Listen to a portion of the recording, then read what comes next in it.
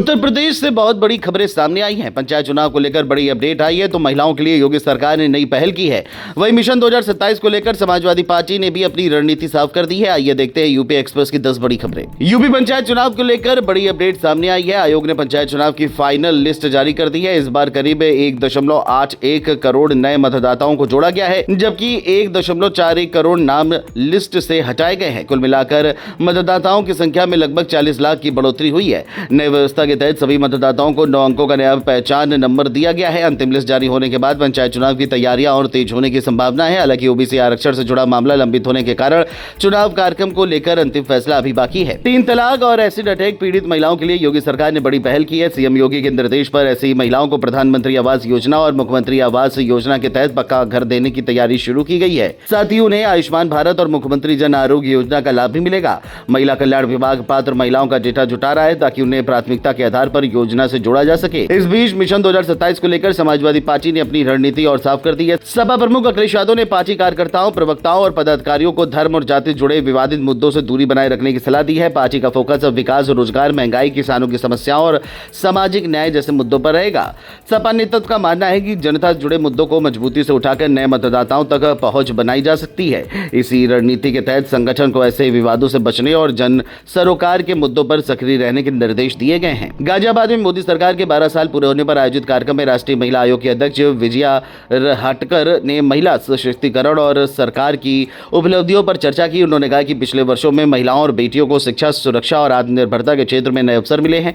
कार्यक्रम में भाजपा कार्यकर्ताओं को सरकार की योजनाओं को लोगों तक पहुंचाने का संदेश भी दिया गया। वहीं भोपाल की त्रिशा शर्मा मामले पर उन्होंने कहा कि राष्ट्रीय महिला आयोग ने स्वतः संज्ञान लेकर निष्पक्ष जांच के निर्देश दिए हैं। गाजियाबाद से लोकमंच के लिए राकेश दास की रिपोर्ट। वाराणसी में मांस और मछली की दुकानों को शहर से बाहर शिफ्ट करने के प्रस्ताव पर राजनीति तेज हो गई है। कांग्रेस सांसद इमरान मसूद ने इस फैसले पर सवाल उठाते हुए कहा कि अगर यही नीति है तो पूरे देश में मांस बिक्री पर प्रतिबंध लगा देना चाहिए। वहीं कैबिनेट मंत्री संजय निषाद ने नगर निगम के फैसले का समर्थन करते हुए कहा कि दुकानों को बंद नहीं किया जा रहा बल्कि व्यवस्थित किया जा रहा है ताकि साफ सफाई और स्वास्थ्य संबंधी मानकों को बेहतर बनाया जा सके। चर्चा है कि इससे सैकड़ों कारोबारियों पर असर पड़ सकता है, जबकि इस मुद्दे पर राजनीतिक बहस भी तेज हो गई है। चित्रकूट में भ्रष्टाचार के खिलाफ बड़ी कार्रवाई सामने आई है। बांदा से पहुंची एंटी करप्शन टीम ने एक लेखपाल और उसके निजी मुंशी को कथित तौर पर 20,000 रुपए की रिश्वत लेते हुए रंगे हाथ गिरफ्तार किया।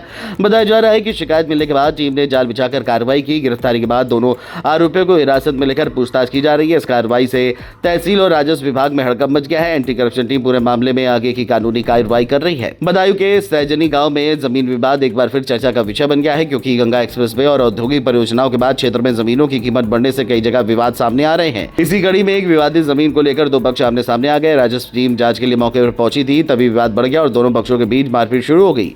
घटना में दोनों लोगों के घायल होने की सूचना है। मौके पर मौजूद पुलिस ने स्थिति को नियंत्रित करने का प्रयास किया। घटना के वीडियो सोशल मीडिया पर वायरल हो रहे हैं। पुलिस ने शिकायत के आधार पर मामले की जांच शुरू कर दी और आगे की कार्रवाई की जा रही है। अमरोहा पुलिस ने साइबर अपराधों में से निपटने और युवाओं को तकनीकी रूप से सशक्त बनाने के लिए एक नई पहल शुरू की है। एसपी लखन सिंह यादव ने बताया कि 11 जून 2026 से Amroha police cyber security internship program का आयोजन किया जाएगा।